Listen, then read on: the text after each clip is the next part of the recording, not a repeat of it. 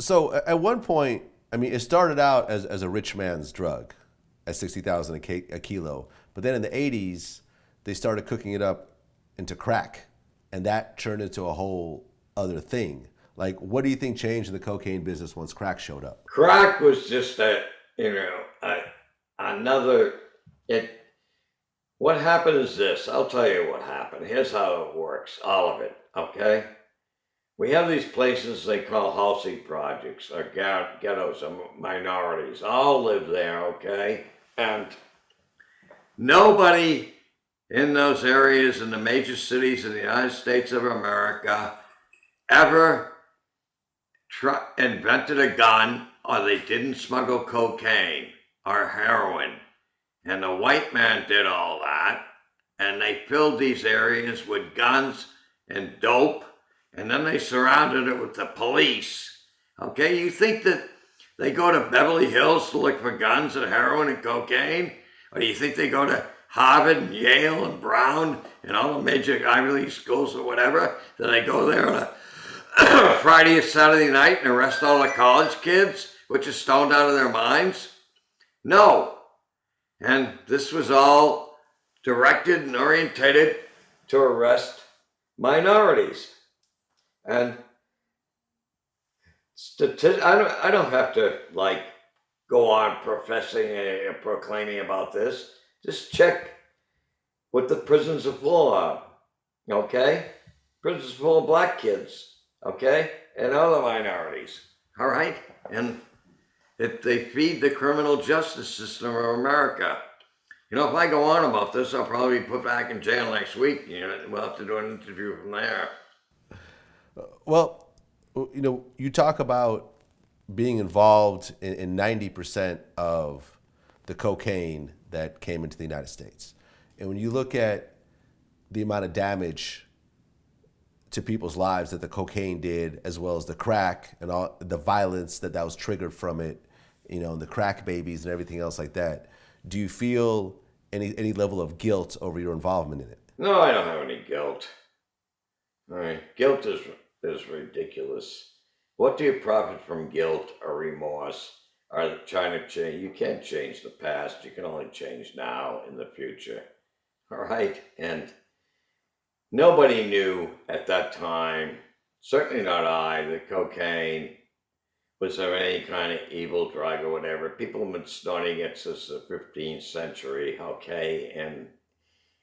And do you think that cocaine has caused the demise of society as we now well know it, and destroyed the economy of the United States of America or any part of the rest of the world or anything? I'll tell you what has, okay? Destroyed America, and is terrorism. All right? Certainly not cocaine, heroin, or marijuana. All right? People wanting to blow up buildings and kill people. All right? That's what's the evil horse that's going on. All right? Certainly not drugs, and it's ridiculous. All right? Do you think that 170 million Americans are going to stop going to work on Monday morning? They're going to stop they don't stop at the liquor store on Monday morning, do they, and not go to work? Well, do you think 170 million Americans are going to go down the alleyway and cop some dope from the guy in the coonskin cap who wants $11 bills and you only got 10? You think they're not going to go to work that day? It's not going to happen. It's ridiculous. It's like totally foolish. Well, I mean, to be fair, I mean, cocaine didn't destroy society, but when you look It didn't destroy society. Would you call society destroyed today? This is the ultimate party, okay? Even the poor people have 3 TVs and 2 cars, all right?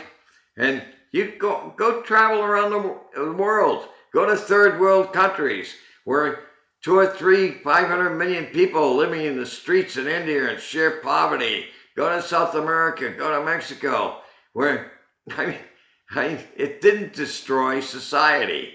You telling me when the Wall Street, okay, is making a fortune and everybody, You know what? There's over 40 million people living in California. California is the seventh largest economy in the world. The state of California. Would you call that a society destroyed? Maybe if some of the money is stolen from, here and there and everywhere, but the politicians went into the rebuilding the schools and putting decent teachers there and giving these kids a chance, that they wouldn't have to resort to drugs and selling anything on the corner because they'd be getting an education in the richest country in the world.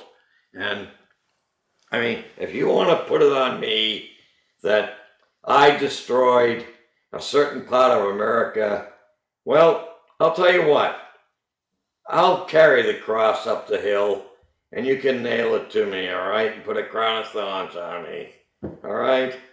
I mean, you're looking for, you know what you're doing?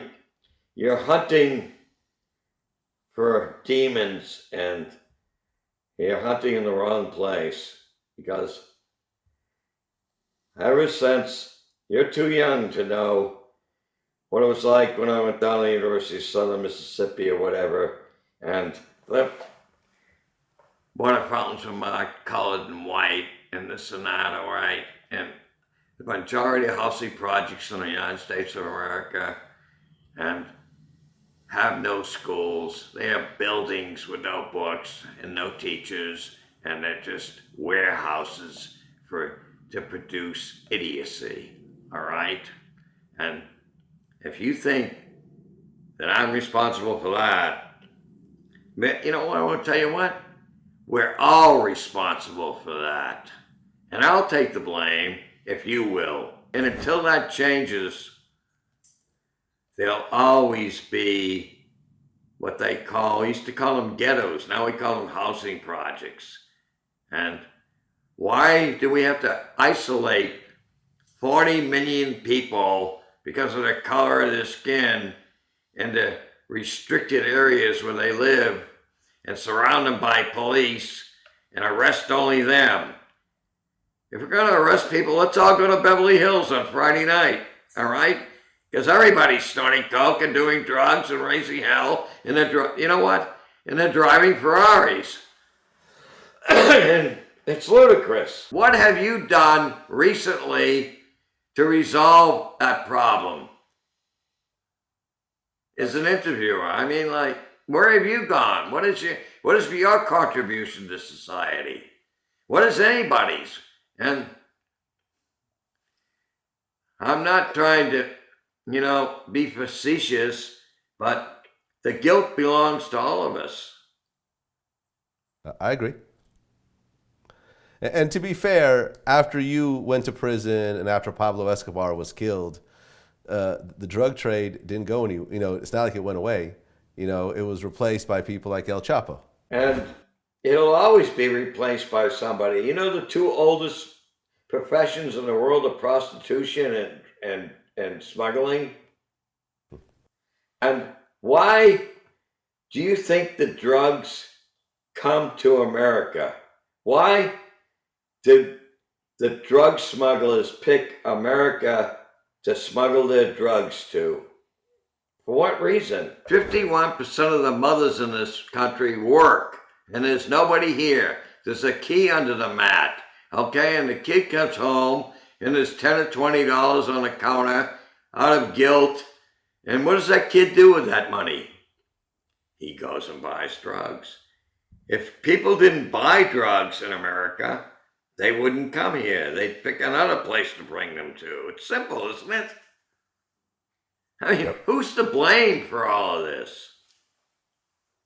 I mean, when a kid comes home, there's no one at home.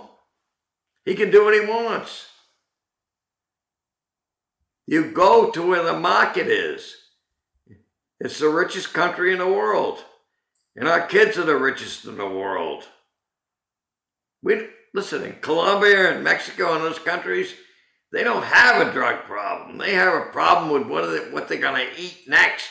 When they decided to do a movie on you and they put out Blow, do you feel like it was an accurate depiction of your life, or do you think that there was a lot of things wrong with it? No, I think it was totally accurate. Do you feel like you were fairly compensated for having the movie made on you? Let me put it this way.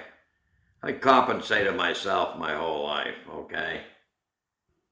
And regarding compensation, the only thing that's fair is in baseball. Either it's foul or fair, okay?